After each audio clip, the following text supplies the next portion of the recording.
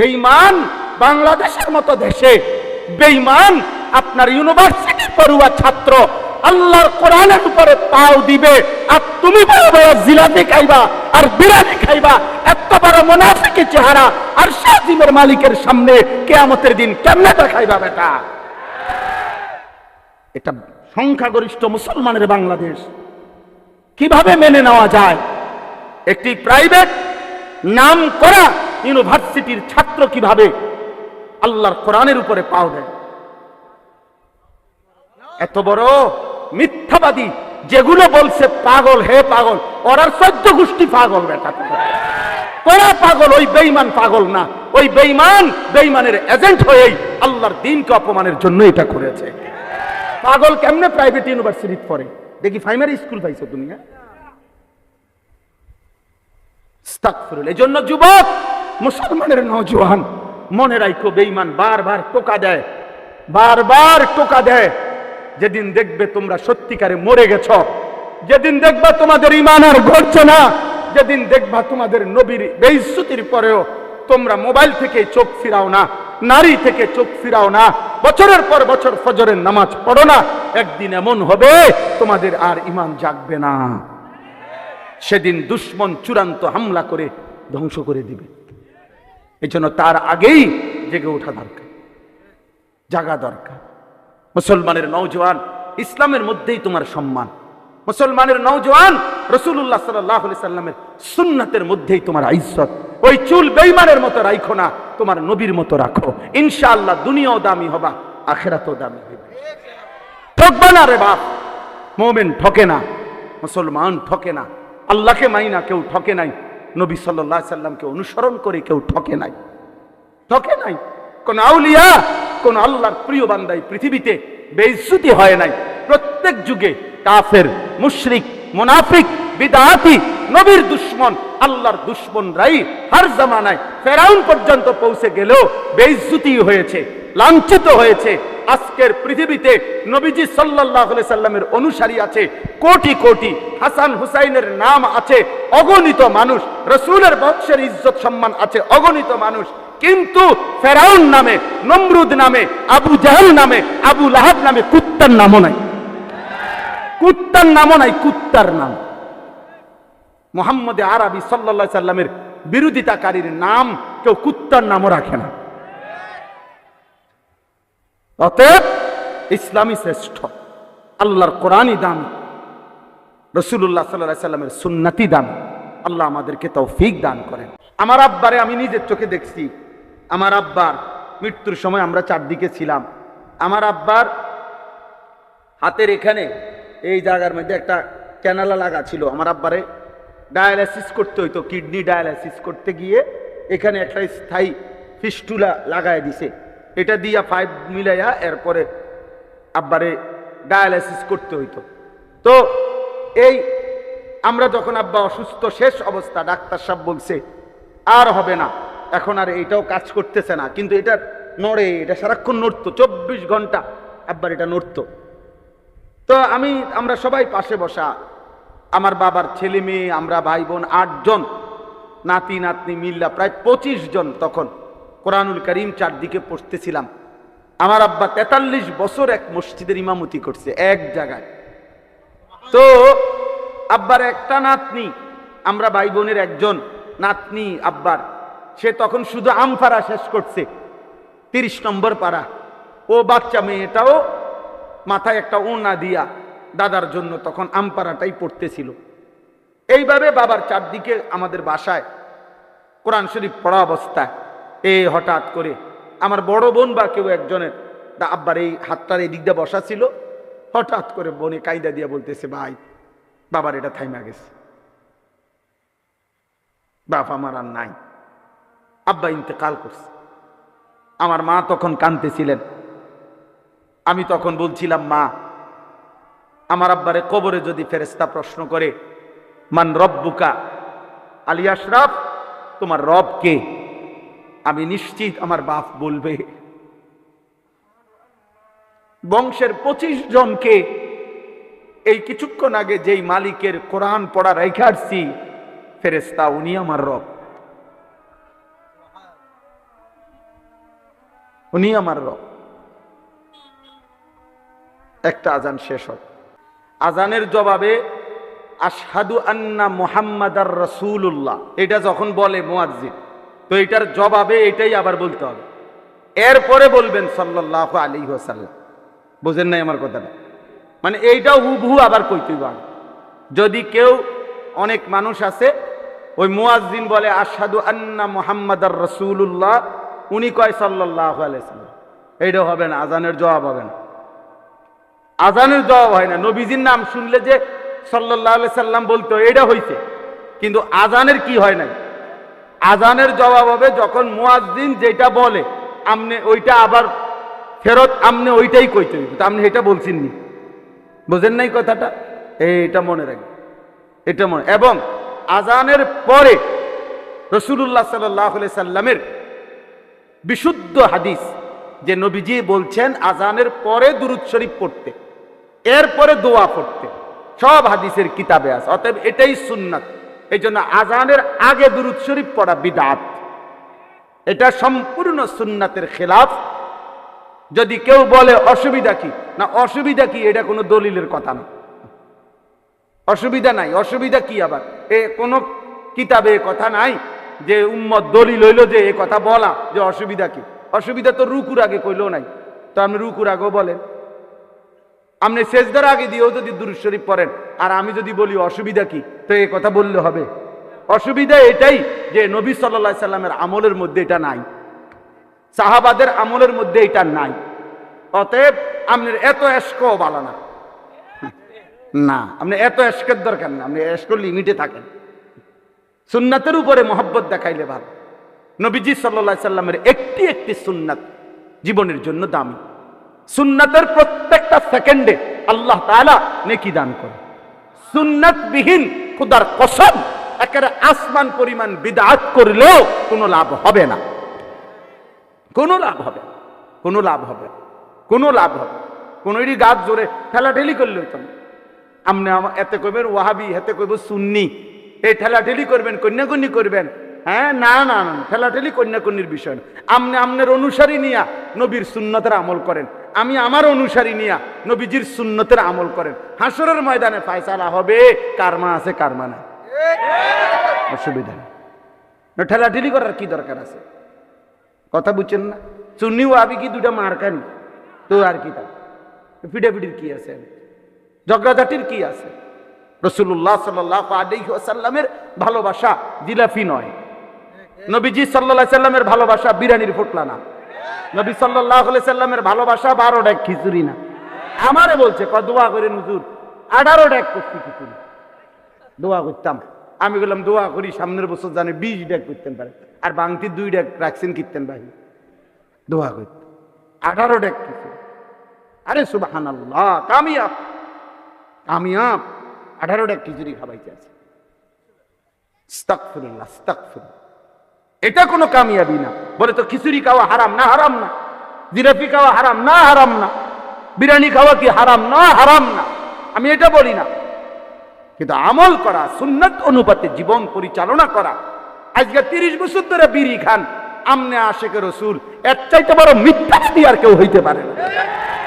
আজকে 40 বছর ধরে সুদ খায়, ঘুষ খায়, কিস্তি নেয়, সাদওয়ানে ভাইয়ের টেলিভিশন দেখে, নর্তকীর নাচ দেখে, নাটক সিনেমা দেখে, এবারে যদি বলে আমি আশেকে রসুল, এটা মিথ্যা মিথ্যা মিথ্যা মিথ্যাবাদী বেটা।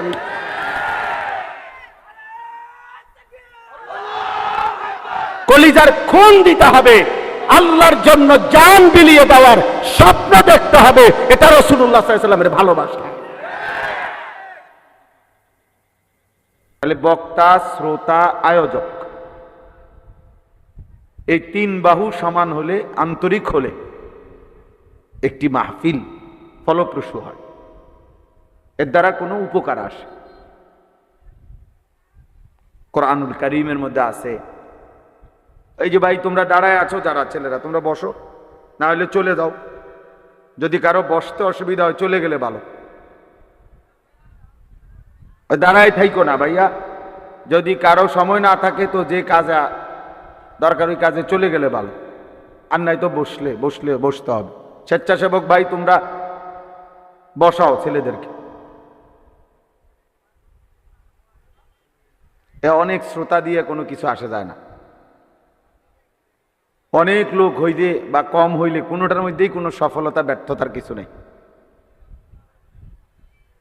সংখ্যার ভিত্তিতে ফেরেশতারা নেকি লেখে না। অতএব এটা আহামরি কিছু না। একজনের জন্য আল্লাহর কথা যে পরিমাণ গুরুত্বপূর্ণ, 1,00,000-এর জন্য একই গুরুত্বপূর্ণ, সমান গুরুত্ব। তো কাজে এটা তো নির্বাচনী জনসভা না, আমি কোনো প্রার্থীও না, আমার কোনো মার্কাও নাই।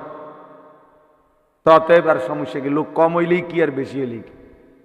আমার আল্লাহর কথা না বলা দরকার, আখেরাতের ফিকির দরকার। আমি স্লোগান দিয়া করবো কি আর চিৎকার দিয়া করবো? 10 লাখ মানুষ স্লোগান দিলে একসাথে, শুভেচ্ছার স্বাগতম, অমুক সাহেবের আগমন, তো খবর রাজা মাফ, তো তো আর লাভ হলো কি? আর এই স্লোগান দিয়ে ঘাস কাটবো নি? বলে এদের কিচ্ছু আসে যায়, বেহুদা। এই ছেলে, এই অপদার্থ বেটা, নিষেধ করা হয়েছে না বেটা মোবাইল তুলতা না? ফালতু কোথাকার। তোমার মোবাইলের ছবি তোলা বাকি থাকলে অন্য কোথাও তোলো গিয়ে। রাস্তায় গাড়ি আছে, সিএনজি আছে, অটো আছে, এগুলো উঠাও। কংসনগর উঠাও, ভালো হইব। যেই জ্যাম বাজ্যা তাই, এটি যদি বেশি প্রচার হয় তাহলে ভালো।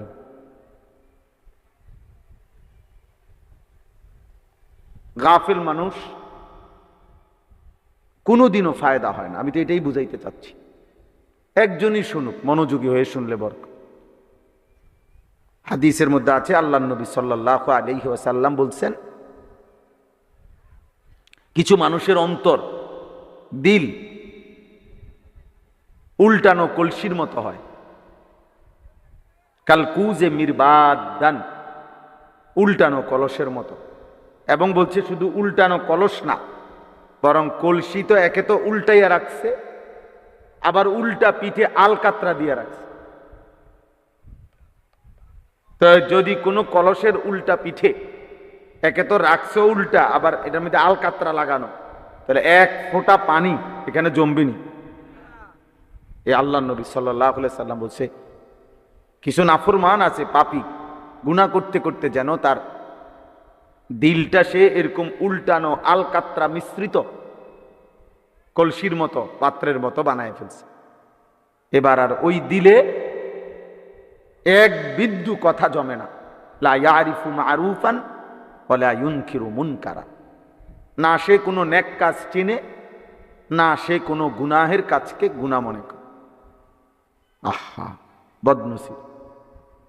সবার সামনে এক হাতে বিড়ি খায়, আরেক হাতে চা বানাইতে আছে, আবার সামনে টেলিভিশন চলতেছে, আবার মানুষের গাইল লাইতে আছে। মানে এটা হে করতেছে প্রতি আসতে আসতে, যে এটা যে গুনাহ না, হের এই বিবেকটাও আনে। এটা যে গুনাহ হের এটাও মনে, এটা যে গুনাহ।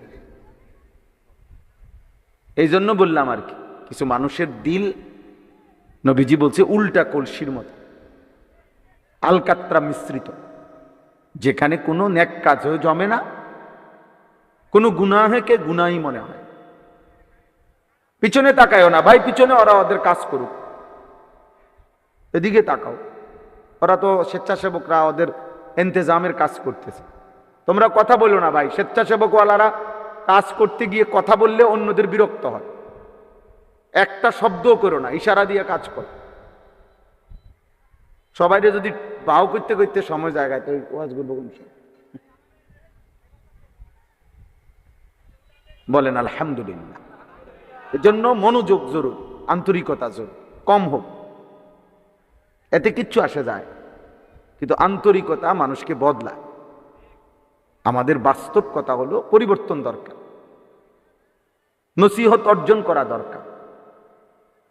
ছেলেরা তোমরাও শোনো ভাইয়া, কোরআনুল কারীমের মধ্যে আছে, আল্লাহ তাআলা যখন মুসা আলাইহিস সালামকে এবং মুসা আলাইহিস সালামের ভাই হারুন আলাইহিস সালাম, ওনারা দুইজনকে নবী বানাইছেন আল্লাহ। দুই ভাইকে। তো দুইজনকে বলছেন আল্লাহ তোমরা ফেরাউনের কাছে গিয়ে কালেমার দাওয়াত দাও। ফেরাউন কোনো ছোটখাটো কাফের না, ফেরাউন খোদা দাবিদার, নাউজুবিল্লাহ। কত বড় হারামি, যে ছোটখাটো পাপী মনে করছে। আনা রব্বুকুমুল আলা, কোরআন শরীফ আছে যে ফেরাউন বলছে আমি তোমাদের সবচেয়ে বড় খোদা, বিগ বস, সবচেয়ে বড় খোদা। খোদায় জনমু আর ছোটখাটো হইয়া লাভ কি? এই জন্য একেবারে কইছে বড়টাই আমি, বড় হারামি আমি। তো এত বড় কাফের, এত নিকৃষ্ট কাফের, তাফসীরের মধ্যে আছে 40 বছর ফেরাউনের কোনোদিন একদিন 1 মিনিটের জন্য সর্দি কাশি মাথা ব্যথা পেটে ব্যথা এক বিন্দু হয়নি, কোনোদিন একটা হাসিও দেয়নি, এমন শক্ত ছিল। ফলে সে মনে করছে কিরে আমার কোনো রোগ নাই, ব্যারাম নাই, বিপদ নাই, অ্যাক্সিডেন্ট নাই, অসুখ নাই, বিসুখ নাই, তাইলে আমি তো মানুষ না, মানুষ হইলে তো কিছু জ্বর সর্দি হইলে হইতো, কি কওয়া যায়। আমি তো চিন্তা করছি যে আর খোদা হওয়াই বাকি, এটাই কইয়া লাগছে। নাউজুবিল্লাহ। তো এত বড় কাফের, যে কথাটা বুঝাইতে চাচ্ছি খেয়াল করেন, যে মুসা আলাইহিস সালাম এবং হারুন আলাইহিস সালামকে আল্লাহ যখন বললেন যে ওই ফেরাউনের কাছে গিয়ে কালেমার দাওয়াত দাও, আল্লাহর কথা বলো, তখন আল্লাহ বলছে ফাকুলা লাহু কাওলান লাইয়িনা, আল্লাহ বলছে তোমরা দুইজনে ফেরাউনের কাছে নম্র ভাষায় কথা বলো, দাওয়াত দাও। কেন? লাআল্লাহু ইয়াতাযাক্কারু আও ইয়াখশা, এই কথাটা বলতেছে আল্লাহ। বলছে হয়তো সে তোমাদের এই কথার দ্বারা, নসিহতের দ্বারা, দাওয়াতের দ্বারা হয়তো ফেরাউন উপদেশ গ্রহণ করবে অথবা আল্লাহকে ভয় করবে। তাহলে ফেরাউনের মতো নিকৃষ্ট কাফের কাছেও যখন আল্লাহর কথা বলে, তো আল্লাহ তাআলা বলতেছেন উদ্দেশ্য হইল যেন সে উপদেশ গ্রহণ করে অথবা আল্লাহকে যেন ভয় করে। তো সেখানে আমাদের মুসলমান, মুসলিম পরিচয়ধারী আমরা, আমাদের কাছে আল্লাহর কথা বলবার, শোনানোর মাকসাদ কি? উপদেশ গ্রহণ করা, আল্লাহকে ভয় করা। তো সেটাই যদি অর্জন না হয়, তাহলে বাংলাদেশের আরো 30 জন বক্তা একত্র করলাম, 1 লাখ মানুষ হইল, সবাই সবার মতো চলে গেল ফিরে, এরপরে অর্জনটা কি? লোকেরা বললো আর কি, যে ছেলেদেরকে যে হ্যাঁ তোগো মাহফিলে লোক হইছে, হ্যাঁ তো লোক হইছে, ঠিক আছে, এরপরে কি হইছে?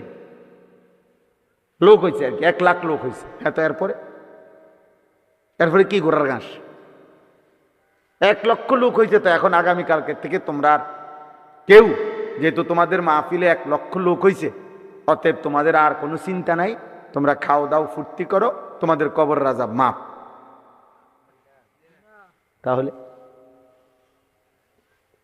তাহলে এটা কোনো বিষয় না, বা বরং ওই যে লাআল্লাহু ইয়াতাযাক্কারু আও ইয়াখশা, আল্লাহর কথা বলবার আয়োজনের মাকসাদ আল্লাহর বান্দা উপদেশ গ্রহণ করবে অথবা আল্লাহকে কি করবে? ভয় করবে, অথবা আল্লাহকে ভয় করবে। এই 2 মাকসাদ হাসিল হইতে হবে। এই 2 মাকসাদ অর্জন হওয়ার আল্লাহ তাআলা কোরআনুল কারীমের মধ্যে বলছেন ওয়াহুয়াল্লাযী জাআলাল লাইলা ওয়ান নাহারা খিলফাতান লিমান আরাদা আন ইয়াযাক্কারা আও আরাদা শুকুরা। আল্লাহ নিজে বলেন আল্লাহই রাত এবং দিন পর্যায়ক্রমে বানাচ্ছেন। কেন? আল্লাহ নিজেই বলেন লিমান আরাদা আন ইয়াযাক্কারা। কেন আল্লাহ রাত আনে, কেন আল্লাহ দিন আনে, সূর্য কেন ডুবে, সূর্য কেন ওঠে? আল্লাহ বলেন উদ্দেশ্য হলো আমি আল্লাহ তাআলা রাত্র এবং দিন বানাচ্ছি আমার যেই বান্দারা আমি আল্লাহকে স্মরণ করতে চায়, আমার ইবাদত করতে চায় তাদের জন্যে, এবং যারা আমার নেয়ামতের শুকর আদায় করতে চায় তাদের জন্য। এজন্য বাস্তব সত্য কথা ভাই, কোনো বাটপার সিটারের জন্য রাত হয় না, কোনো সুদখোর, হারামখোর, কোনো জিনাখোর, ব্যভিচারী, কোন লম্পট দুশ্চরিত্র, অসভ্য চরিত্রহীন, কোন বেহায়া বেপর্দা, কোন হারামখোর, ওই নাফরমানদের কারণে সে পৃথিবীর যত বড় ক্ষমতাধর হোক, সে 7টা পৃথিবীর বাদশা হোক, মূলত তার জন্য রাত হয় না, তার জন্য সূর্য ওঠে না। বরং যে মানুষগুলো অল্প হোক, দুর্বল হোক, গরিব হোক, অসহায় হোক, যে মানুষগুলো 5 ওয়াক্ত নামাজ পড়ে, আল্লাহ তাআলার নেয়ামতের শুকর আদায় করে, গুনাহ থেকে বেঁচে থাকার আপ্রাণ চেষ্টা করে, আল্লাহর ইবাদতে লিপ্ত থাকে, সুখে কিংবা দুঃখে, আল্লাহ নিজে বলছে আমি আমার ওই বান্দাদের জন্য রাত বানাই, দিন বানাই, দিন বানাই। এজন্য এটা জরুরি বোঝা। অনেক সময় অনেক জেনারেল শিক্ষিতরা ভাবে আমাদের মাদ্রাসার হুজুররা মাদ্রাসার পড়ালেখা, কোরআন সুন্নাহর এই পড়ালেখার দ্বারা হবেটা কি? হবেটা কি না বেটা, বরং এই কোরআন সুন্নাহর পড়ালেখা আর হেফজখানার বাচ্চাদের এই রাত্র জেগে পড়া আর 5 ওয়াক্ত নামাজের সেজদা, এর বরকতে তোর মতো বেটা বাচ্চা আসস, তোর মতো বেটা ভাত খাস, তোর মতো নাফরমানের জন্য সূর্য ওঠে, আমগো বাচ্চাদের বরকত, আমাগো মসজিদের মুসল্লিদের বরকত। তোর মতো সিটার বাটফারের জন্য সূর্য ওঠে না, তোমার মতো হারামখোরের জন্য, সুদখোর কিস্তিখোরের জন্য সূর্য ওঠে না। তোমারে পারলে বহুত আগে এই মাটি আষাঢ় দিয়া সুদা করে লাগে, শুধু আল্লাহর অনুমতি নাই দেখে করে না। প্রত্যেকটা গুনাহের পরে মাটি আল্লাহকে বলে মাওলা পরে উল্টাই দেই, আল্লাহ বলে না, অপেক্ষা করি, তওবা করে কি। প্রত্যেকটা নাফরমানির পরে ফেরেশতা আল্লাহকে বলে আল্লাহ ওরে ঘাড় মটকাই দেই, ও আপনার নাফরমানি করছে, ওই দেখেন একটা, এই বেটা প্লাস্টিক কোথাকার, আরে অপদার্থ রে, গাদ্দার। মানে কিছু ছেলে আছে গাদ্দার, হুজুর তোর বাপ কইলো আমি মোবাইল চালাম, কারণ আমি পৃথিবীতে জন্মই নিছি মোবাইল টিপতাম, মোবাইল ছাড়া আমি কাটা মুরগির মতো প্রয়োজনে ছটফট করে মরে যাব। কঠিন বাবা, এটা বুঝো না তো তোমরা, এটা মাসহুর। পূর্ববর্তী জামানায় মানুষকে জাদু করা হইতো, জাদুগ্রস্ত ব্যক্তি নিজের কোনো নিজস্ব বুদ্ধি বিবেক অনুভূতি কাজে লাগাইতে পারে না। আজকের এই মোবাইল আমাদেরকে মাসহুর বানায় রাখে, অর্থাৎ জাদুগ্রস্ত ব্যক্তির মতো দুশ্মন সম্পূর্ণ তাদের আয়ত্তে আমাদেরকে নিয়ে গেছে। ফলে ওরা আমাদের মুসলমান, আমরা আমাদের চুল, চেহারা, লেবাস, পোশাক, চলাফেরার ডিজাইন সকল কিছু ঠিক করে দেয় ইয়াহুদিরা, খ্রিস্টানরা, হিন্দুরা, কাফেররা, বৌদ্ধরা, নাস্তিক, মুরতাদ। ওরা মুসলমানের যুবকের চুলের স্টাইল ঠিক করে, ওরা প্যান্টের ডিজাইন ঠিক করে দেয়। ভাইয়া এটা বোঝা উচিত, এটা কাপুরুষতা, এটা পরাজয়, এটা ব্যর্থতা, এটা দাসত্ব, এটা গোলামি, এটা বেঈমানের কাছে মাথা ছোট হওয়া, এটা বেগায়রত, আত্মসম্মানহীন মানুষের পরিচয়, যে তার নিজের সৃষ্টিকর্তার সাথে কোনো সম্পর্ক নাই, তার নবীর সাথে যার কোনো সম্পর্ক নাই, সম্পর্ক নাই, তার ধর্মগ্রন্থ, তার কিতাব, তার কোরআন, তার নবীর সুন্নাহ, এটা টোটালি যার পছন্দ হয়, এর চাইতে বড় বদনসিব বেটা আর কি। গত 10 বছরে বেটা নাফরমানে একবার তোর মনে পড়লো না তোর নবীর চুল রাখতেন কিভাবে, তোর নবীর সাহাবারা চুল রাখতেন কিভাবে? তোমার মতো অপদার্থ পৃথিবীতে আর কেউ আসেনি বেটা, তোমার মতো কাপুরুষ মুসলমান আর কেউ হয়নি বেটা, তোমার মতো ব্যর্থ মুসলমান আর কেউ হয়নি।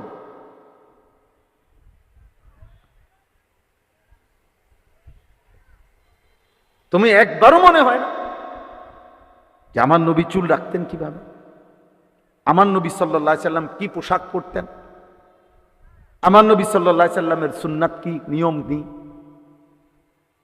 কি বলে? এই জন্য এটা কাপুরুষতা, ব্যর্থতা, এটা দুর্বল মানসিকতার কাজ। এই জন্য দেখবেন এটা নিয়ম, যত মানুষ দাড়ি কাটে ওদের মধ্যে হীনমন্যতা থাকে। দাড়ি কাটা মানুষের হিম্মত কম, পৌরুষ কম, সাহসিকতা কম। এটা পরীক্ষিত কথা। কেন? কারণ সে তার চেহারার মধ্যেই নিজের পৌরুষ ধরে রাখতে সাহসে কুলায় না। তারা কে বলছে দাড়ি কাটতে? হয়তো তার সমবয়সী বন্ধু বলছে, আর কে হয়তো বিবি বউ বলছে, আর কে হয়তো বসে বলছে। তো এই সাধারণ একজন মানুষ একটা বউর কাছে হেরে গেলা, সামান্য বন্ধুর কাছে হেরে গেলা, তাহলে আখিরাতের মুক্তি মিলবে কিভাবে? এজন্য আমি নিজে কিতাবে পড়ছি, বইতে, যে কাপুরুষ স্ত্রীর জন্য দাড়ি কাটে, বীর পুরুষ নবীজি সাল্লাল্লাহু আলাইহি সাল্লামের জন্য দাড়ি রাখে।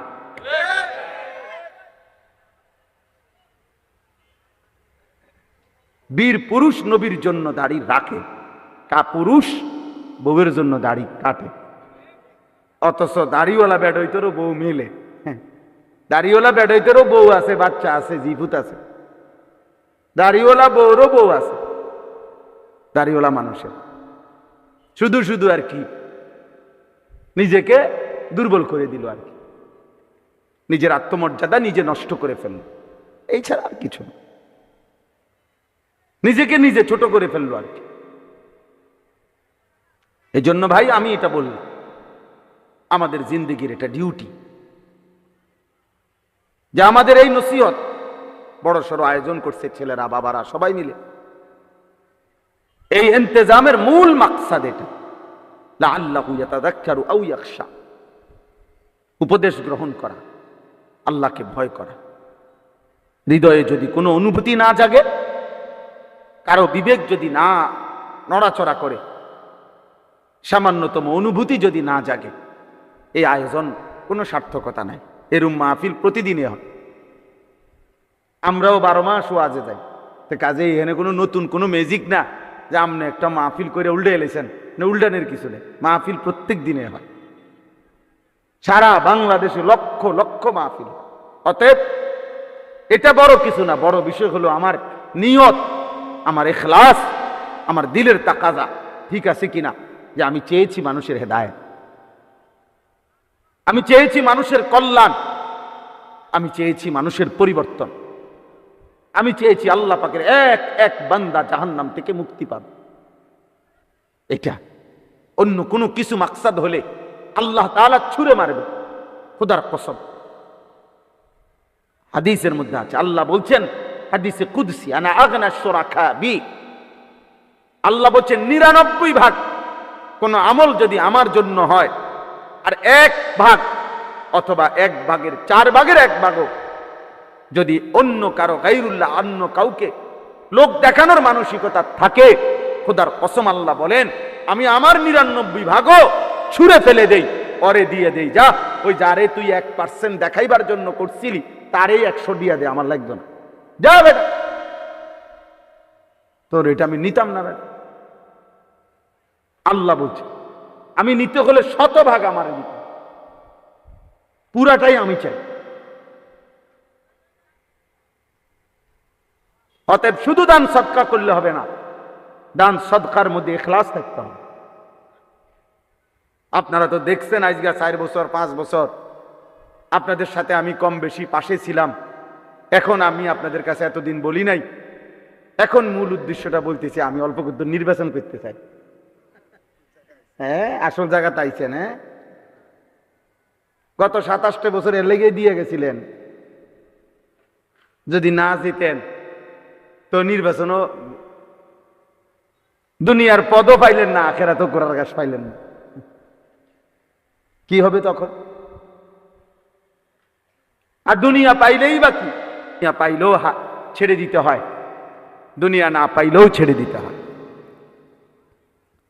দুনিয়া যদি কেউ 1000 মিলে তবুও সে মরে যায়, দুনিয়া যদি কেউ কিচ্ছু না পায় তবুও মরে যায়, তবুও মরে যায়। এক অনিবার্য সত্য, এক চিরন্তন বাস্তবতা, মৃত্যু। মৃত্যু এই পৃথিবীর কেউ যা অস্বীকার করতে পারে না। একটা ছোট্ট পিঁপড়াও বাঁচতে চায়, কিন্তু শেষ পর্যন্ত মরে যায়।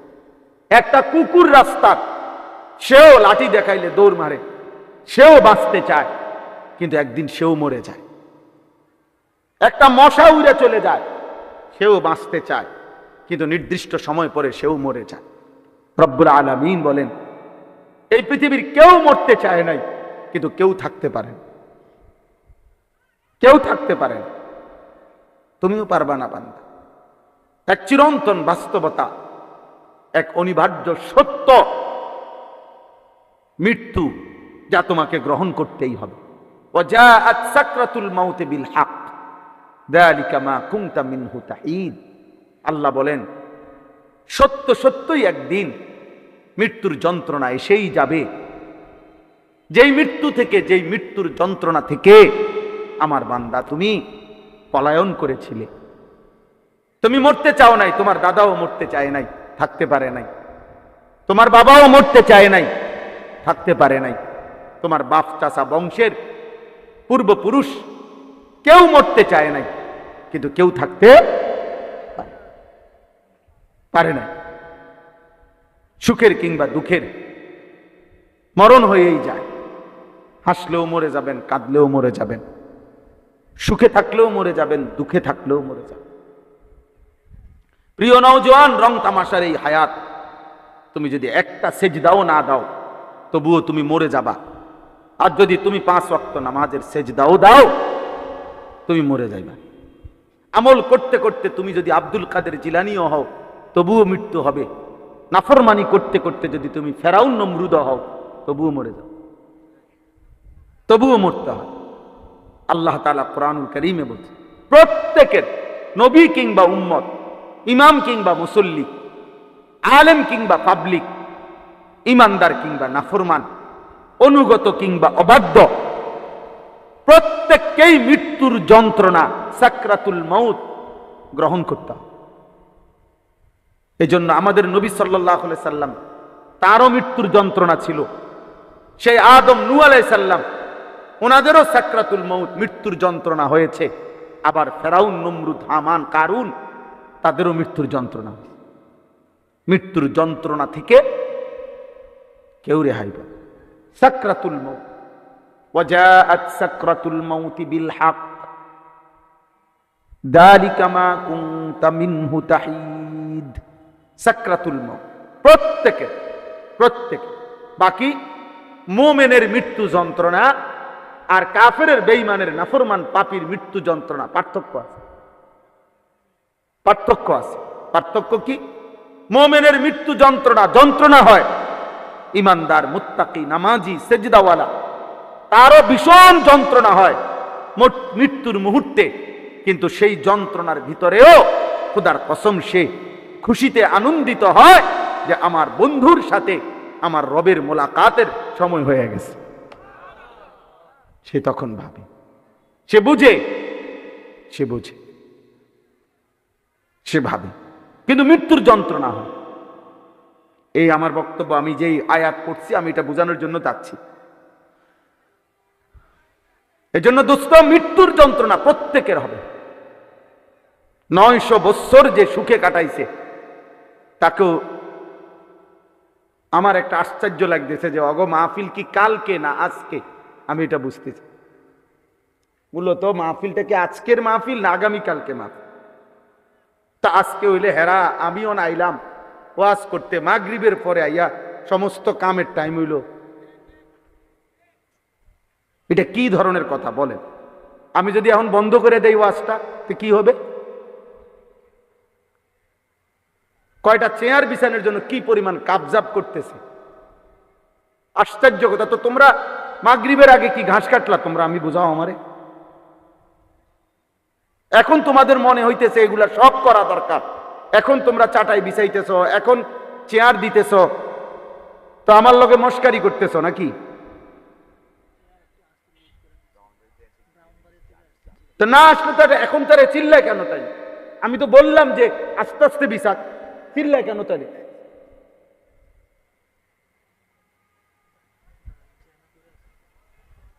আস্তাগফিরুল্লাহ। আরে ভাই, আমি আবারও বলছি, আমার মাকসাদ তো আমি পরিষ্কার বললাম যে শুধু কেবল একটা আয়োজন করছি আমরা, এর দূর না, এটা কোনো ফায়দা আসে না। বিরাট আয়োজন হয়েছে, না না, বিরাট উরাট করলে কোনো লাভ হতো না। উম্মতের বদলাইছে কিনা এটা দেখার বিষয়, কারো বিবেকে আছে কিনা, কলিজার মধ্যে অনুভূতি যাচ্ছে কিনা, এইটা মাকসাদ। এটা না হইলে হইতো না ভাই, হইতো না। মানুষের কল্যাণ তখনই কার্যকর হয় নিজের ঈমান আমল যখন ঠিক হয়। আপনি মনে করেন সকাল 8টা থেকে নিয়ে রাত 2টা পর্যন্ত কষ্ট করছে, কিন্তু জোহরও পড়ে নাই, ফজরও পড়ে নাই, আসরও পড়ে নাই, মাগরিবও পড়ে নাই, এশার নামাজও পড়ে নাই, ওই যুবকের এই পুরা মেহনত বৃথা, বৃথা। ভোর 6টার থেকে রাত 2টা পর্যন্ত বন্যার্থ মানুষের পানি ডুবা ডুবা ত্রাণ দিছে, কিন্তু তাই না ফজরও পড়ে নাই, জোহরও পড়ে নাই, আসরও পড়ে নাই, মাগরিবও পড়ে নাই, এশাও পড়ে নাই। আবার অবসর হয়েছে, আর পর থেকে নিয়ে মোবাইল নিয়ে বেডি দেখা শুরু করলো। এই এই ভালো পরোপকার, এগুলা বৃথা, বৃথা।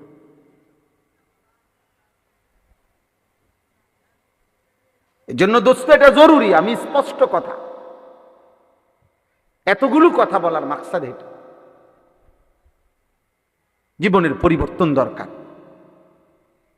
এক এক সময় আমার কাছে কিতাব আছে, হযরত আবু দারদা রাদিয়াল্লাহু তাআলা আনহু, উনি বলছেন, নবীজির একজন বিখ্যাত সাহাবী। শোনেন মিয়া, ছেলেরা, বাপ, তোমরা যারা শুনতেছো শোনো। তিনি পরিষ্কার বলছেন, ইয়াবনা আদম, হে বনি আদম, ইন্নামা আনতা আইয়ামুন, তুমি আনিসুর রহমান, তোমার জীবন মানে কি জানো? তিনি বলেন, হে হে বনি আদম, তুমি আসলে কিছু দিন, কিছু সময়, কিছু ঘন্টা মিনিটের সমষ্টি, এটাই তোমার জীবন। ইন্নামা আনতা আইয়ামুন, আইয়াম কিছু দিনের সমষ্টি, এরই নাম তোমার হায়াত, এরই নাম তোমার হায়াত। যখনই তিনি বলছেন, ফাইদা কাদা মিনকা ইয়াউমুন, যখনই তোমার থেকে একটা দিন, একটা ঘন্টা চলে যায়, তখন ইনকাদা বাদুক, তোমার জীবনের হায়াতের একটা অংশই কমে যায়, তোমার হায়াতের একটা অংশ কমে যায়। এজন্য প্রতি ঘন্টা আমার যায়, প্রতি মিনিট আমার যায়। আমার আগেও পৃথিবীতে ঘন্টা মিনিট ছিল, আমার মৃত্যুর পরেও পৃথিবীতে ঘন্টা মিনিট, আলো সূর্য সব আসবে, কিন্তু আমি থাকবো না। দোস্ত, তুমি আমি মরে গেলে যদি পৃথিবীর মানুষ চাঁদের দেশেও চলে যায়, আধুনিক হইতে হইতে, উন্নত হইতে হইতে এই গ্রহের মানুষ সব যদি মঙ্গল গ্রহেও গিয়া বাসাবাড়ি বানায়, তো আমার লাভ কি, তোমার লাভ কি? আমি তো মরে গেছি, তুমিও তো মরে গেছো। বাকি মানুষ চাঁদের দেশে গেলে কি? বাকি মানুষ মঙ্গল গ্রহে লাফাইলে আমার কি? আমি তো নাই, আমি তো নাই।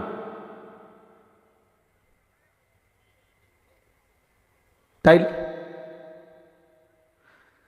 এজন্য আমার হায়াত আমার, আমারই ঘন্টা, আমারই মিনিট, আমারই সেকেন্ড, এও আমার। এর এক এক মিনিটের কদর করা আমার দায়িত্ব। এটাই তো আমি বললাম যে আল্লাহ বলেন, বুঝে থাকো আর না বুঝো, খেয়াল করো আর না করো, কাজে লাগাও কিংবা বরবাদ করো, বান্দা মৃত্যু চলে আসবে, মৃত্যুর যন্ত্রণা হবে। এক মানুষের মৃত্যুর যন্ত্রণা প্রত্যেককে গ্রহণ করতে হবে। ইমানদারের মৃত্যু যন্ত্রণা হয়, নাফরমান বেঈমান পাপীরও মৃত্যু যন্ত্রণা হয়। সাকরাতুল মাউত, এটা কোরআনের শব্দ, আল্লাহ বলছেন। এই মৃত্যু যন্ত্রণা ইমানদারের জন্য আনন্দের, বেঈমান মুশরিক নাফরমান পাপীর জন্য ভীষণ কষ্ট, ভীষণ কষ্টে। বাকিগুলো পরে, মালাকুল মউত আজরাইল যখন জান কবজ করে তখনও ভীষণ কষ্ট হয়। কবরের জীবন ভীষণ কষ্টের, হাসরের ময়দানের দাঁড়িয়ে থাকা ভীষণ কষ্টের, মিজানের পাল্লায় বিচারের জন্য, আমলের মাফের জন্য দাঁড়িয়ে থাকা কষ্টের, ফুলসিরাত পার হওয়া কষ্টের, জাহান্নামের আযাব বড় কষ্টের।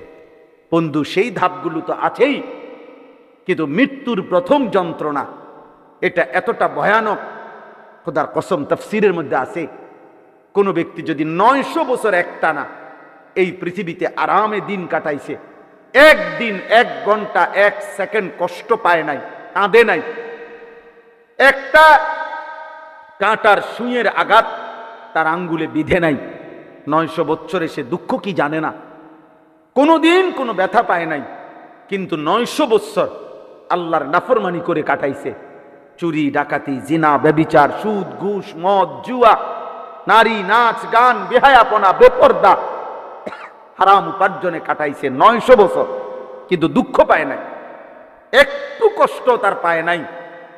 আল্লাহর কসম তাফসীরে আছে 900 বছর পরে প্রথম যেদিন মৃত্যুর সময় হবে, আর এই মৃত্যুর যন্ত্রণা সাকরাতুল মউত যখন শুরু হবে, তো প্রথম সেকেন্ডে 1 সেকেন্ডে ওই নাফরমান বেঈমান তার 900 বছরের সুখ আর আনন্দ প্রথম সেকেন্ডেই ভুলে যাবে।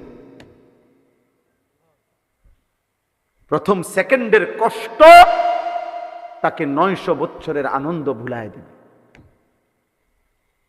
দ্বিতীয় সেকেন্ডে যদি ওই নাফরমানকে বলা হয়, হে আল্লাহর বান্দা, বিগত দুনিয়া তো তুমি নিশ্চয়ই খুব সুখেই কাটাইছো না, আল্লাহর কসম ওই বেঈমান নাফরমান পাপী বলবে, হায় রব, গত হায়াত পুরাটা আমি জীবনে সুখ কি জিনিস আমি জীবনে কোনোদিন দেখি নাই মাওলা, আনন্দ কাকে বলে মাওলা আমি জানি না। এই মৃত্যুর প্রথম সেকেন্ড, সাকরাতুল মউতের প্রথম সেকেন্ড তার 900 বছর ভুলায়। হযরত ইব্রাহিম আলাইহিস সালাম, আমার কাছে কিতাব আছে আত-তাযকিরা, ওই কিতাবে আছে ইব্রাহিম আলাইহিস সালাম মালাকুল মউত আজরাইলকে বলছে, আজরাইল, কোন নাফরমান পাপীর জান কবজ করবার সময় তুমি কেমনে আইসা দাঁড়াও আমার একটু দেখাও। মালাকুল মউত আজরাইল বলছে, হে নবী ইব্রাহিম, দয়া করে আপনি এটা দেখতে চাইবেন না, আপনি সহ্য করতে পারতেন না। হযরত ইব্রাহিম আলাইহিস সালাম বলছে, না আমি দেখবই, তুমি আমার একটু হলেও দেখাও। মালাকুল মউত আজরাইল বলছে, হে নবী ইব্রাহিম, আমি 1 মিনিটের জন্য 30 সেকেন্ডের জন্য আপনার আড়াল হচ্ছি, একটু অপেক্ষা করেন। আজরাইল একটু সময়ের জন্য আড়াল হইয়া আবার আসছেন। হযরত ইব্রাহিম আলাইহিস সালাম মালাকুল মউতের এই জিহ্বা বের করা এবং পুরা দেহর মধ্যে ধাউ ধাউ আগুন জ্বলতেছে, এই চেহারার দিকে এক নজর শুধু ইব্রাহিম তাকাইয়া চিৎকার দিয়া বেহুশ হয়ে গেছে। ফালাম্মা আফাকা, যখন ইব্রাহিম নবীর হুঁশ ফিরে আসছে, ইব্রাহিম আলাইহিস সালাম তখন আবার দেখতেছে মালাকুল মউত স্বাভাবিক আকৃতিতে। তো ইব্রাহিম আলাইহিস সালাম বলছে, আজরাইল, খোদার কসম, কোন নাফরমান পাপী কবরের আযাব আর লাগবে না রে, জাহান্নামের আযাব, হাসরের ময়দানের আযাব আর লাগবে না, শুধু জান কবজের মুহূর্তে তোমার এই বিভৎস চেহারা আকৃতি দেখলেই তার সারা জীবনের নাফরমানির শাস্তির জন্য এটাই যথেষ্ট, আর লাগবে না। আমি কিতাব থেকে বলতেছি। 3 নাম্বার হাদিসের মধ্যে আছে, আল্লাহর নবী সাল্লাল্লাহু আলাইহি ওয়াসাল্লাম বলছেন, হাসরের ময়দানে পাপী নাফরমানকে আল্লাহ একজন ফেরেশতাকে ডেকে বলবে, আমার এই নাফরমান বান্দাকে জাহান্নামের বাহিরে চারদিকে একবার ঘুরাইয়া আনো, আর জাহান্নামের দরজা বরাবর বাহিরে তারে 1 সেকেন্ডের জন্য 10 সেকেন্ডের জন্য দাঁড় করাইবা, এরপরে আবার আমার কাছে নিয়ে আসো। ফেরেশতা তারে জাহান্নামের চারদিকে ঘুরাবে বাহির দিয়া, এই নাফরমান পাপীকে, এই হারামখোর নেশাখোর গাঁজাখোর, এই সুদখোর মদখোর নেশাখোর, এই বেহায়া বেপর্দা মুশরিক মুনাফিক বেঈমান বেনামাজি, আল্লাহ আপনি মাফ করেন, ওই ফেরেশতা বাহিরে দিয়ে ঘুরাইয়া জাহান্নামের দরজার, বিশুদ্ধ হাদিস দোস্ত, ব্যক্তিগতভাবে আমি ফালতু কথা বলার মানুষ না, আল্লাহ নবী সাল্লাল্লাহু আলাইহি সাল্লামের হাদিস এটা, তো এই ফেরেশতা তাকে তখন জাহান্নামের দরজার বাহিরে দাঁড়া করাবে। এই 10 সেকেন্ড বা 2 সেকেন্ড জাহান্নামের ভিতর থেকে গরম আগুনের একটা বাতাস 1 সেকেন্ড তার বুকে লাগবে। এরপরে আবার আল্লাহর কাছে যখন নিয়ে আসবে, তো আল্লাহ তাআলা ওই বান্দাকে জিজ্ঞাসা করবে, আমার বান্দা, নিশ্চয়ই তুমি দুনিয়ার জীবন বড় আরামে কাটাইছিলা। খোদার কসম, এই নাফরমান আবারও বলবে একই কথা, আয় মাওলা, জীবনে সুখ কি জিনিস আমি জীবনে কোনোদিন দেখি নাই, আমি কোনোদিন হাসি নাই রে মাওলা। আল্লাহর নবী বলেন, শোনো উম্মত, জাহান্নামের ভিতরে এখনো ফেলে নাই, শুধু বাহিরের 1 সেকেন্ডের গরম আগুনের বাতাস তার 70 বছরের দুনিয়ার সুখ ভুলায়। হায় যুবক, কিসের উপরে ভিত্তি করে, কার উপরে বুঝ কইরা তোমরা সারা রাত নারী দেখো, ছবি দেখো? কে তোমাদেরকে এই আস্থা ভরসা দিল যে তোমার কিছু হবে না? কার উপরে ভিত্তি করে তোমরা বছরের পর বছর, দিনের পর দিন, কোন দিন এমন সুন্দর বয়স 16 বছর, 18, 20, 22 বছর, একদিনও ফজরের নামাজ পড়ো না? আহা মুসলমানের সন্তান, এমন নিকৃষ্ট কেমনে হইলা? এমন জন্তু জানোয়ারের আখলাক, এমন কুকুর বিড়ালের আখলাক কেমনে হইলা? তুমি কি কোনোদিন দেখো নাই ভাইয়া? কোন মসজিদের সামনে যখন আজান হয়, দেখো আজানের আওয়াজ শুনলে কুত্তা ঘেউ ঘেউ করে আওয়াজ করতে করতে চলে যায়। তাহলে আজান শুনলে তো মসজিদের কিনারা থেকে দূরে সরে যায় কুকুর, আর ইমানদার ওযু করে মসজিদে ঢোকে। তো তোমরা যারা প্রতিনিয়ত চারিদিকে আজান হয়, অথচ এরপরও মসজিদে ঢুকতে পারো না, বরং আস্তে পাশ কাইটা চলে যাচ্ছ, এই স্বভাব কুত্তার স্বভাব না মানুষের স্বভাব? তুমি একবার মিলাই দেখো।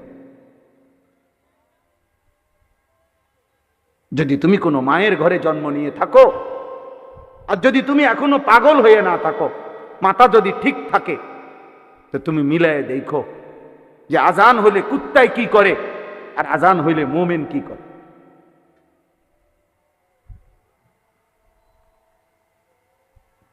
তাইলেই তুমি তোমার আখলাক খুঁজে পাইবা, মিলাইতে পারবা, মিলাইতে পারবা। আল্লাহ আমাদেরকে হেফাজত করেন, আল্লাহ আমাদেরকে বুঝ দান করেন, আল্লাহ আমাদেরকে ফিকির দান করেন। আমার ভাই, একটা একটা যুবক দোস্ত, এই হই হুল্লুর তামসা, মোবাইল, নারী, ছবি উঠানো, চুলের ফ্যাশন, মোটরসাইকেল, কোন অসৎ দুশ্চরিত্র মেয়ের সাথে সম্পর্ক, প্রিয় বন্ধু, এর কোনোটাই আখিরাত তো দূরে থাক, দুনিয়াও কাউরে ইজ্জত, সম্মান, শান্তি, নিরাপত্তা, একান্ত শান্তিও দেয় না, শান্তিও দেয়, শান্তিও দেয়। চরিত্রহীন যুবক অচিরেই তোমার বিবি হিসাবে যদি কোনোদিন কেউ ঘরে আসে, দেখবা ওই নারীও চরিত্রহীন। এটা আল্লাহর ওয়াদা, কোরআন শরীফে ওয়াদা। আল্লাহ বলছে, খবিস যেই পুরুষ, আর খবিস বলা হয় ব্যভিচারী, খবিস বলা হয় নারীর সাথে হারাম সম্পর্ক করে যারা, তাদেরকে খবিস পুরুষ বলে। আল্লাহ ওয়াদা দিছে, হে খবিস পুরুষ, আমি ওয়াদা দিলাম তোর বিবিও মিলবে খবিস। তুই যে রুম 12 ঘাটের পানি খাইছ, তাই বেডিও 12 ঘাটের পানি খাই আইছি। হ্যাঁ হ্যাঁ, সাফ কইলাম, বাংলা কইলাম। আগের তুই তো আরবিতে কইছিলাম নাকি? আগের কথাগুলো ইংরেজিতে কইছিলাম নাকি? ডাইরেক্ট বাংলা কইলাম। হ্যাঁ, বুঝবা, সেদিন বুঝবা রাস্তার বেটি দেখার মজা আর নিজের স্ত্রী 2 নম্বর হওয়ার সাজা, কষ্ট। হ্যাঁ, তখন বুঝবা, তখন বুঝবা বাপ, এই পৃথিবী কত যন্ত্রণার। স্বামী স্ত্রীর অবিশ্বস্ততা, স্বামী যদি স্ত্রীর চরিত্রের ব্যাপারে সন্দিহান হয়, স্ত্রী যদি স্বামীর চরিত্রের ব্যাপারে সন্দিহান হয়, এই জীবন আর জাহান্নামে যাইতে হয় না, এনেই সার। আর লাগতো না জাহান্নামে যাও, আপনি জাহান্নাম তো এনেই চলতেছে, আপনি আর জাহান্নামে কিনতে যাবে। হ্যাঁ, এনে সারব, এটাই সারব। এই যে চাচা কইতেছে এনে সারব। হ্যাঁ হ্যাঁ, আল্লাহ আমাদেরকে হেফাজত করেন। এজন্য আমি অনুরোধ করছি, আমরা প্রত্যেকেই এক চূড়ান্ত, আমরা প্রত্যেকেই আমাদেরকে শেষ পর্যন্ত কথা এটাই। আমি যে আয়াতগুলো পড়ছি আয়াতের সংক্ষিপ্ত একটা কথা বললেই বুঝবেন, শানে নজুলের একটা কথা, মানে কেন আল্লাহ এই কথাগুলো বলছেন। কোরআনুল কারীমের 27 নম্বর পারা, কোরআনুল কারীমের 56 নম্বর সূরা, সূরা ওয়াকিয়া, কোরআনের প্রসিদ্ধ একটি সূরা। এই সূরা ওয়াকিয়ার 5টি আয়াত 83, 84, 85, 86, 87 এই আয়াতগুলো আমি পড়ছি। 5টা আয়াত, ছোট ছোট আয়াত, তর্জমা কইতে বেশিক্ষণ লাগবে না, এক কথা। মক্কার কুরাইশরা, কাফেররা কোনোভাবেই এটা মানতে চাইতো না নবীজির সাথে যে মৃত্যু পরবর্তী মানুষকে কবর থেকে আবার উঠানো হবে এবং হাসরের মাঠ কায়েম হবে, বিচার আচার হবে। এই কথাটা তারা বুঝতেই চাইতো না। না ভাই, দিও না, দিও না, এমনি শোনো, তুমিও শোনো। এটা তারা মানতে চাইতো না আর কি, এরা বুঝতেই চাইতো না এটা। ওদের সারাদিন নবীজির সাথে তর্ক করত আর নিজেদের একান্তে অহংকার করত। আরে বেটা, কি এর কেডা, আমরা মাটির সাথে মিশে যাব।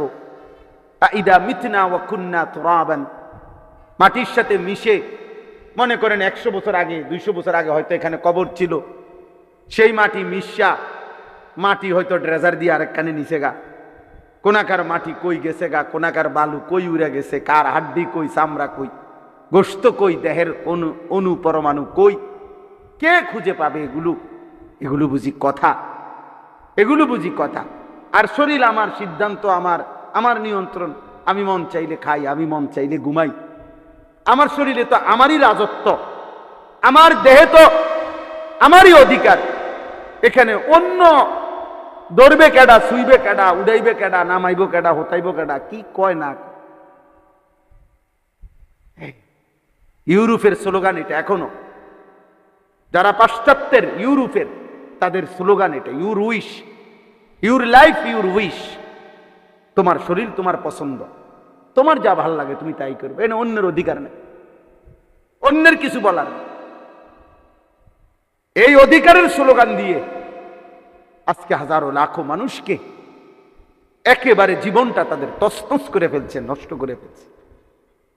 নারীকেও শিখাইছে, নাস্তিক মুরতাদওয়ালা নারী, ওই অসভ্য তসলিমা নাসরিন নামের এই লম্পট নারী, সে তার অনুসারীদেরকে এটা বুঝাইছে যে শরীর আমার, সিদ্ধান্ত আমার, আমার যার সাথে মন চায় রাত কাটাবো, আমার যার সাথে মন চায় আমি তাকে দেহ দান করবো। এই সমাজের কি আবার? এই সমাজ কেন বাধা করবে? বিয়ে কিতা আবার, জিনা কিতা আবার? আমার যাকে যার যখন ভাল লাগে তখন তার লগে থাকুন, বুঝেন নাই? নাউজুবিল্লাহ, নাউজুব। তোমরাও তো আজকে এমন যে আমার বাপ কিতা আবার, মা কিতা, আমার আবার ধর্ম কি, আমার আবার কোরআন কি, আমার যেই মাসে যে রুম চুল রাখতে মন চা আমি এরুম রাখমু, যেই মাসে আমার যেমনে খারাইতে মন চা আমি এমনি হাঁটবো, চলমু। আমার মুতে ধরছি এটা রাস্তা না উডান, আমার এত কথা দরকার কেমন? হিসাবে ধরছে আমি এনে মুতালাম, এনে অন্যের চিন্তা করার কি আছে? পেশাব আমার মুতমু আমি, অন্য মানুষের টেনশন কি? না, কারো কোনো টেনশন নেই, তুমি মুতালাও, হ্যাঁ, অন্যের টেনশন কি? এই কাফের মুশরিকরা, মক্কার বেঈমানরা প্রতিনিয়ত কথাটা বুঝেন, প্রতিনিয়ত এটা বলতো যে তারা বুঝতে চাইতো না, তারা বুঝতে চাইতো না। তারা বলতো আমার জীবন, আমার লাইফ, আমার ইচ্ছা, আমার স্বাধীনতা, এখানে কবর কি, মৃত্যু কি, পুনরুত্থান কি, হাসরের মাঠ কি, বিচার আচার কি? তা আবার এই সূরার 26 নম্বর পারায়, সূরা কাফের মধ্যে আছে, ফাকালাল কাফিরুনা হাযা শাইউন আজীব। মক্কার কাফেররা বলতো আরে এটা তো একটা আশ্চর্য কথা যে মানুষ মরবে, কবরে যাবে, হাসরের ময়দান হবে, কি কয় মুহাম্মদ, এগুলো কি বলে? তো আল্লাহ তাআলা এখানে তাদেরকে বলতেছেন যে হে মুশরিকরা, মুনাফিকরা, বেঈমানরা, আমি আল্লাহ তোমার ঘরে একটা শুধু কথা বলি, আল্লাহ বলছেন এখানে এই 5টা আয়াতে আল্লাহ বলছে কোন নাফরমান পাপীর, মনে রাখবেন এই সূক্ষ্ম কথা, কোন পাপীর নাফরমানের আল্লাহ বলেন যখন তোমাদের চোখের সামনে মৃত্যুর যন্ত্রণা শুরু হয়, মালাকুল মউত আজরাইল তখন নিয়ম হলো বুঝাই, নিয়ম হলো আজরাইল, আল্লাহ নবী সাল্লাল্লাহু আলাইহি সাল্লাম বলছে মালাকুল মউত আজরাইল কোন পাপী নাফরমানের জান কবজ করবার সময় কলিজার ভেতর থেকে তার রুহুটাকে প্রথমত এমনি ধরে একটা খপ করে ধরে একটা টান দিয়া ছিঁড়ে ফেলে। এই ছিঁড়ে ফেললে আহা এই রুহুটা, এই হুলকুম, এই কণ্ঠনালী, এটারে তারাকিও বলে অথবা হুলকুমও বলে, কণ্ঠনালী, কণ্ঠের অগ্রভাগ, এইখানে আইসা তার রুহুটা আটকাইয়া যায়, তখন নাফরমান ছটফট করে। তো আল্লাহ বলতেছেন এই কোন নাফরমান পাপীর কণ্ঠনালীর কাছে আইসা যখন রুহু আটকাইয়া যায়, তখন তো ওয়া আনতুম হিনা ইদিন তানদুরুন, তোমরা তো তার পাশেই আসো, তোমরা বুঝতেছো লোকটা ছটফট করতেছে, তো তোমরা বুঝতেছো এই মুহূর্তে সে মৃত্যুর সাথে লড়াই করছে। তাহলে তোমরা যদি বলো আমি আল্লাহ এখানে আসি, আমি তো তোমাদের অজান্তে, তোমরা আমারে দেখো না, কিন্তু আমি আল্লাহ এখানেই আসি, আমার বান্দার সামনেই আসি, হে নাফরমান পাপী, তোমাদের যদি অধিকারই থাকে, শক্তি থাকে, তোমাদের বড়াই করো। যদি তোমরাই বলতেছো তোমরা ফিরবা না, কোথাও হাসরের মাঠ হবে না, কবর থেকে উঠবা না, তাহলে তোমাদের এই মৃত ব্যক্তি যে এখন ছটফট করতেছে মৃত্যু যন্ত্রণায়, তারে তোমরা তার রুহুটা আগের জায়গায় ফিরাইয়া শান্ত করে দাও, দাও। এই কথাইটা এনে বলছে ফালাউলা ইদা বালাগাতিল হুলকুম, আল্লাহ বলে তাহলে বলো না না ফরমান, যখন পাপীর রূহ তার কণ্ঠনালীতে এসে পৌঁছে যায়,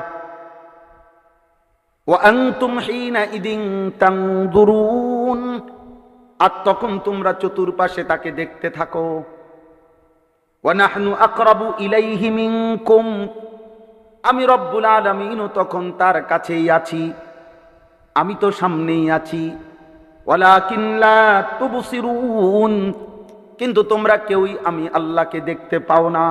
পায় কেউ? আল্লাহ তো আছেন, আছেন কিনা? ওমা তাকুনু ফি শাআনিন ওমা তাতলু মিনহু মিন কুরআনিন ওয়ালা তা'মালুনা মিন আমালিন ইল্লা কুন্না আলাইকুম শুহুদান ইয তুফিদুনা ফীহি।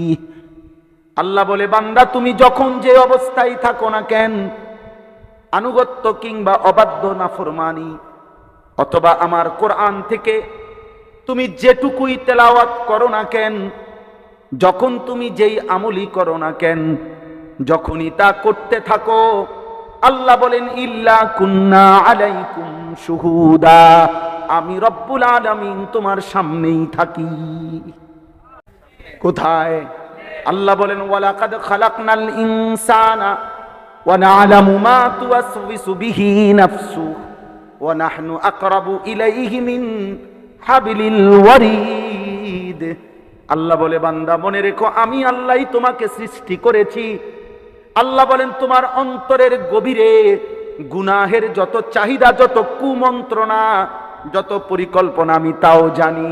আর আমি আল্লাহ তোমার রক্তের শিরা উপশিরা, সারা দেহের রক্ত সঞ্চালন হয় যেই শিরা উপশিরার মাধ্যমে, যেটা তোমার সবচেয়ে ভিতরে শরীরের, আমি আল্লাহ তোমার সেই শিরা উপশিরার চাইতেও বেশি কাছে আমি আছি। আলাম ইয়ালাম বিআন্নাল্লাহা ইয়ারা, আল্লাহ বলে বন্ধু আমার বান্দাকে বলেন না সে কি জানে না আমি আল্লাহ সারাক্ষণ তাকে দেখি। কতক্ষণ?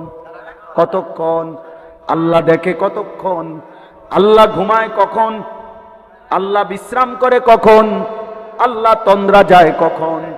আল্লাহ ভুলে যায় কখন? আল্লাহ পথ হারিয়ে ফেলে কখন? না বন্ধু, কখনোই না, কখনোই না। আল হাইয়ুল কাইয়ুম, সর্বদাই আছেন, সর্বদাই থাকবেন। লা তাখুযুহু সিনাতুন ওয়ালা নাওম, কোন তন্দ্রাও নাই, ঘুমও নাই। লা ইয়াযিল্লু রাব্বি ওয়ালা ইয়ানসা, আল্লাহ বলেন আমি পথ হারাই না, আমার একটা সৃষ্টির ব্যাপারে আমি কাউকে ভুলেও যাই না, ভুলেও যাই না।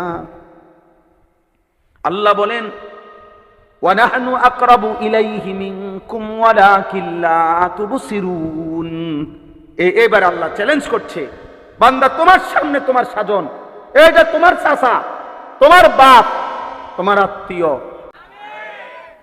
তাইলে শেষ কথা হলো আল্লাহ বলেন ফালাউলা ইন কুনতুম গায়রা মাদিনিন, আল্লাহ তাআলা বলেন যে ফালাউলা ইন কুনতুম গায়রা মাদিনিন, এই শেষ কথাটা বোঝেন। আল্লাহ বলেন হে মুশরিকরা, মুনাফিকরা, বেঈমানরা, নাফরমান পাপীরা, যদি তোমরা মনে করে থাকো যে তোমরা কবরে যাবা না, হাসরের ময়দানে উঠতে হবে না, আখিরাত হবে না, তাহলে আমি আল্লাহ চ্যালেঞ্জ করলাম তোমাদেরকে, তারজিউনাহা ইন কুনতুম সাদিকিন, তোমরা তোমাদের এই মুমূর্ষ ব্যক্তিটা যে মৃত্যু সজ্জায়, তারে ফিরায় আনো। যদি তোমরা তোমাদের দাবিতে সত্যবাদী হও তো হেরে ধরে রাখো। কথা বলেন না কেন? সম্ভব? কথা বলে না সম্ভব? ফিরায় রাখতে পারবে?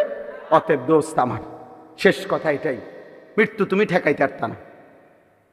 মৃত্যু তুমি ঠেকাই, শক্তিধর হোক আর দুর্বল হোক, সম্পদশালী হোক আর ফকির হোক, মৃত্যুকে ঠেকানো সম্ভব? মরণকে ঠেকানো সম্ভব? তাইলে প্রিয় ভাই, আল্লাহর কাছে ফিরতেই হবে, তোমারে চলে যেতেই হবে। দোস্ত, নষ্ট হইও না। কিশোর নওজোয়ান, আগামীর শতাব্দী, আগামীর সময় চ্যালেঞ্জের সময়। বাপ, তুমি জানো না বাংলাদেশের 2টা দল 4টা দল লইয়া ফিডাফিডি না, সারা পৃথিবীর কুফর, সারা পৃথিবীর বেঈমান প্রস্তুতি নিচ্ছে আগামী দিনে ইমানদারের সাথেই যুদ্ধ করবে। দেখার বিষয় হলো আমি কামে লাগছি কিনা, তুমি কামে লাগছো কিনা। তোমারে ছাড়াও হয়তো ইসলামের পতাকা উড়ে যাবে, কিন্তু তুমি হয়তো হারিয়ে যাবে। তোমারে ছাড়াও হয়তো ইসলাম এগিয়ে যাবে, যে তুমি কামে লাগলা না আর কি, তুমি কামে লাগলা না আর কি। আল্লাহ আমাদেরকে ঈমান আমলের সাথে জীবন কাটাবার তৌফিক দান করেন। নবীজি সাল্লাল্লাহু আলাইহি সাল্লামের একটা সুন্নাত আমল করার চেষ্টা করবেন। আমি প্রত্যেক দিন একটা কিতাব বিক্রি করি, তালিমুস সুন্নাহ। এই কিতাবটা প্রায় 600 পৃষ্ঠার উপরে কিতাব। রাসূলুল্লাহ সাল্লাল্লাহু আলাইহি ওয়াসাল্লামের নবীজির জীবনের সমস্ত সুন্নাত, সব সুন্নাত, একেবারে 23 বছরের বিন্দু বিন্দু সুন্নাত নবীজির জীবনের সব এখানে আছে। একটা সুন্নাত বিশুদ্ধ প্রামাণ্য দলিল সহ আছে। বাংলাদেশের একজন বড় বুজুর্গ, ঢাকা গাজীপুর কাপাসিয়ার হযরত অধ্যক্ষ মিজানুর রহমান চৌধুরী হযরত দামাত বারাকাতুহুম এই কিতাবটি লিখছেন। অনেক সুন্দর। একটা সময় মুসলমানের ঘরে ঘরে মুকসুদুল মুমিনিন কিতাব থাকতো, বেহেশতি জেউর কিতাব থাকতো। এখন এরকম একটা ঘরে রাখার মতো কিতাব মাত্র 400 টাকা মূল্যে। অনেক ফায়দা হবে আপনাদের জীবনে। যার মন চায় যখন সুন্নাত মানতেন, আমল করতেন, প্রতি পৃষ্ঠায় নবীজির জীবনের সমস্ত সুন্নাত ছোট বড় এই কিতাবের মধ্যে আছে। আপনারা দয়া করে, যাদের সুযোগ হয়, আমাদের গাড়ি সাদা গাড়িতে আছে, ওই আমার এই সাদা গাড়িতে বিক্রি হয়, ওইখান থেকে কিনে নেবেন। আর শেষ একটা কথা হলো, আমার মাদ্রাসা এখানেই কুমিল্লা, আপনাদের সাবের বাজার গরু বাজারের পাশেই আমাদের একটা ছোট্ট মাদ্রাসা। আমার জীবনের একটা স্বপ্ন, আর 1 মিনিট বলতেছি। আমার জিন্দেগির একটা স্বপ্ন হলো, আমি একটা বড় সড়ো জায়গা, প্রায় 2.5 কোটি টাকার 1 একরের চাইতে বেশি জায়গা কিনছি মাদ্রাসার জন্য। আলহামদুলিল্লাহ। উদ্দেশ্য হলো, আমার একটা মাদ্রাসা তো চলতেছে এখন, বাচ্চাদের 500-র মতো ছাত্র আছে মাদ্রাসায়, 34 জন শিক্ষক কর্মচারী আছে। আমি আরেকটা ওইখানেই পাশে নিজস্ব ওই জায়গা আরেকটা বড় মাদ্রাসা প্রতিষ্ঠান করতে চাই, যেটার মূল উদ্দেশ্য হলো সর্বস্তরের মুসলমানদের জন্য মাদ্রাসা। অর্থাৎ যেই কোনো বয়সী, যেই কোনো পেশার মানুষ, স্কুল কলেজ ইউনিভার্সিটি, কুলি দিনমজুর, ঠেলাওয়ালা, রিক্সাওয়ালা, বড় লোক, ধনী, বয়স্ক, মুরব্বী, সারা বাংলাদেশ থেকে যিনি যখন আসবে, আমার একটা স্লোগান আছে, যে আসবে যখন দিন শিখবে তখন, যার সময় যতক্ষণ দিন শিখবে ততক্ষণ। অর্থাৎ যে যেটুকু সময় নিয়ে আসে, আলাদা শিক্ষক কর্মচারী আলাদা রাখতে চাই, যেখানে আপনার 24 ঘন্টা পড়ার ব্যবস্থা থাকবে। যে যখন আসে যেটুক সময় নিয়ে ওইটুকু পরিমাণ কিছু শিখবে, ওযু, নামাজ, সূরা, কেরাত, দোয়া, কালাম। তো এই জায়গাটা অনেক বড়, আরো কিনতে চাচ্ছি। বড় একটা স্বপ্ন, মসজিদ, মাদ্রাসা কমপ্লেক্স করার। এই বড় জায়গাটার এই অংশে আপনাদের কাছে আমার একটা ছোট্ট সহযোগিতার আবেদন। আমার একটা কাগজ হ্যান্ডবিল আছে, ছেলেরা দিবে আপনাদের কাছে। অর্থ হইল, আমরা একটা নিয়ত করছি, এক নামাজের মুসল্লা পরিমাণ আমাদের ওই জায়গায় জায় নামাজ পরিমাণ জায়গার দাম 4200 টাকা। আমরা নিয়ত করছি যে এই টাকাটা আল্লাহর যেই কোনো বান্দা দান করলে আমাদের মাদ্রাসায় আমরা তাকে আজীবন মাদ্রাসার উন্নয়ন সদস্য বানাবো। অর্থাৎ মাদ্রাসার সকাল সন্ধ্যার প্রতিটা দোয়ায় উনিও শামিল থাকবেন, সদকায়ে জারিয়া হিসাবে সওয়াব পাবেন। দয়া করে মনে রাখেন, হইতে পারে 4200 টাকা দিয়ে আপনি ফকির হবেন না, আবার মনেও থাকবে না হয়তো আপনার, কিন্তু আপনি আমলনামার মধ্যে সদকায়ে জারিয়ার সওয়াব পেতেই থাকবেন। মুসলমান দিন শিখবে, বাচ্চারা দিন শিখবে, কোরআনের হাফেজ হবে। এজন্য আমি দিয়ে রাখলাম এই কাগজের মধ্যে বিকাশ নাম্বার আছে, নগদ দিলেও দিতে পারবেন কারো কাছে, আবার আপনি পরেও যদি দেন, যখন ভাল লাগে, যার যখন ভাল লাগে তখনই আপনারা দেওয়ার চেষ্টা করেন। পারলে কাউরে বইলেন, না পারলে দোয়া করে দিয়েন। আল্লাহ তাআলা আপনাদেরকে কবুল করেন। আজকের এই আল মানাহিল পরিষদের এই ইন্তেজামের মধ্যে তৌফিক দান করেন। আগামী শনিবার, মানে কালকে শুক্রবার, শনিবার দিন 11ই অক্টোবর আমার ওই মাদ্রাসার মাসিক ইসলাহি মাহফিল। প্রত্যেক মাসের দ্বিতীয় শনিবার আমাদের মাদ্রাসায় আসর থেকে এশা পুরুষদের জন্য বয়ান হয়, সকাল 10টা থেকে 12:30 মহিলাদের জন্য বয়ান হয়। যুবক ভাই, তোমাদেরকেও দাওয়াত করলাম, বয়স্ক বাবা, পর্দার আড়ালের মা বোনদেরকেও, যার সুযোগ হয় আমাদের মাদ্রাসার ইসলাহি মাহফিলে অংশগ্রহণ করবেন, শরীক হবেন, আসবেন। ইনশাআল্লাহ আমরা সেখানেও বয়ান করব। আল্লাহ আমাদেরকে তৌফিক দান করুন। যুবক ভাই, 5 ওয়াক্ত নামাজ পড়ো, ফজরের নামাজ পড়ো বাপ। নারী, ছবি, মদ, জুয়া, চুরি, ডাকাতি, জিনা, ব্যভিচার, অশ্লীলতা, বেহায়াপনা থেকে বেঁচে থাকার চেষ্টা করো। ওলামায়ে কেরামের সান্নিধ্যে নিজ নিজ মহল্লার আলেমদের সাথে সম্পর্ক করে চলার চেষ্টা করো। আল্লাহ তোমাদের সবাইকে ভালো রাখেন। আজকের মাহফিলকে আল্লাহ কবুল করেন, আমিন। সুবহানাল্লাহি ওয়া বিহামদিহি।